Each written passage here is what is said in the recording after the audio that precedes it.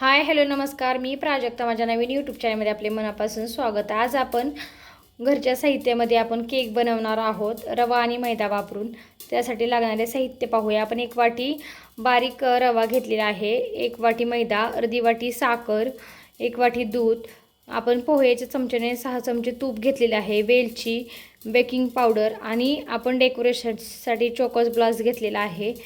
आता आपण रेसिपीला सुरुवात करूया. आपण सुरुवातीला एक मिक्सरचा जार घेतलेला आहे, त्याच्यामध्ये बारीक रवा, अर्धी वाटी साखर, 4 ते 5 वेलची आणि वेलची घालून झाल्यानंतर आपण त्याचं झाकण लावून आपण 2 ते 3 मिनटासाठी छान असं बारीक करून घेणार आहोत. आणि बारीक करून झाल्यानंतर आपण एक कुकरचा डबा घेतलेला आहे, त्याच्यामध्ये सर्व मिश्रण आपण फेटून घेणार आहोत. त्याच्यासाठी कुकरच्या डब्यामध्ये आपण रवा, साखर आणि वेलची जी बारीक केली होती ती घालून घेणार आहोत. 1 वाटी मैदा, 1 वाटी दूध आणि आपण 6 चमचे तूप घेतलेलं आहे, आपले घरचं साजूक तूप, ते त्याच्यामध्ये घालून घेणार आहोत.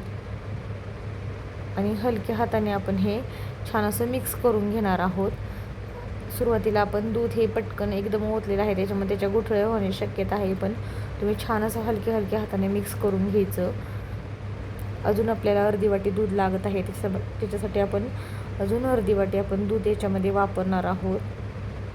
हे अर्धी वाटी दूध घेतलेलं हे अजून आपण त्यातले 2 चमचे दूध ठेवलेलं आहे, कारण की आपल्याला बेकिंग सोडा त्याच्यामध्ये घालायचा आहे, त्याच्यावरतून आपण टाकण्यासाठी ठेवलेलं आहे.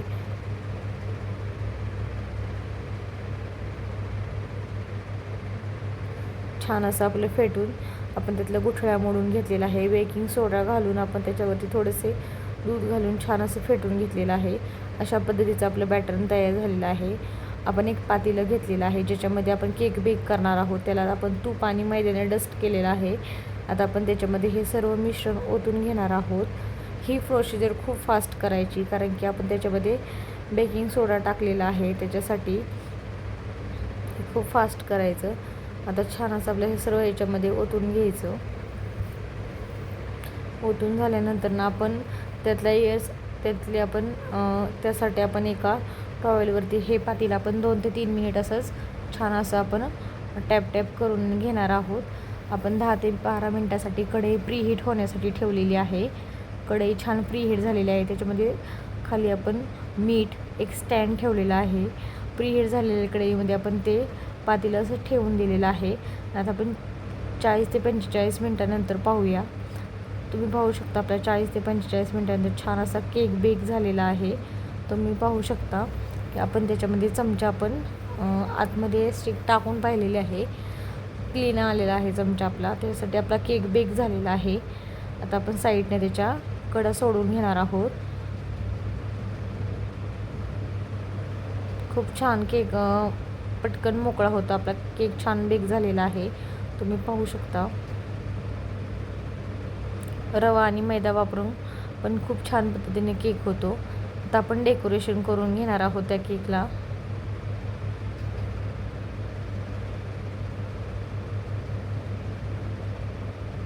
आपण चॉकलेट गनाशने आपण त्याचं डेकोरेशन करून घेणार आहोत. तुम्हाला हवी असेल तर तुम्ही अजून त्याच्यावर चेरी वगैरे पण तुम्ही वापरून त्याचे डेकोरेशन करू शकता. पण आपण ह्या घरच्या साहित्यामध्ये केक बनवलेला आहे. आपण घरगुतीच आपण त्याचे डेकोरेशन पण छान पद्धतीने करणार आहोत. तुम्ही पाहू शकता आपला केक छान असा डेकोरेट करून झालेला आहे. आपल्या रवा आणि मैदा वापरून बनवलेला केक आपला तयार झालेला आहे. तुम्हाला ही रेसिपी कशी वाटली नक्की कमेंटमध्ये सांगा. तुम्हाला जर व्हिडिओ आवडला तर व्हिडिओला लाईक करा, शेअर करा आणि सबस्क्राईब करा.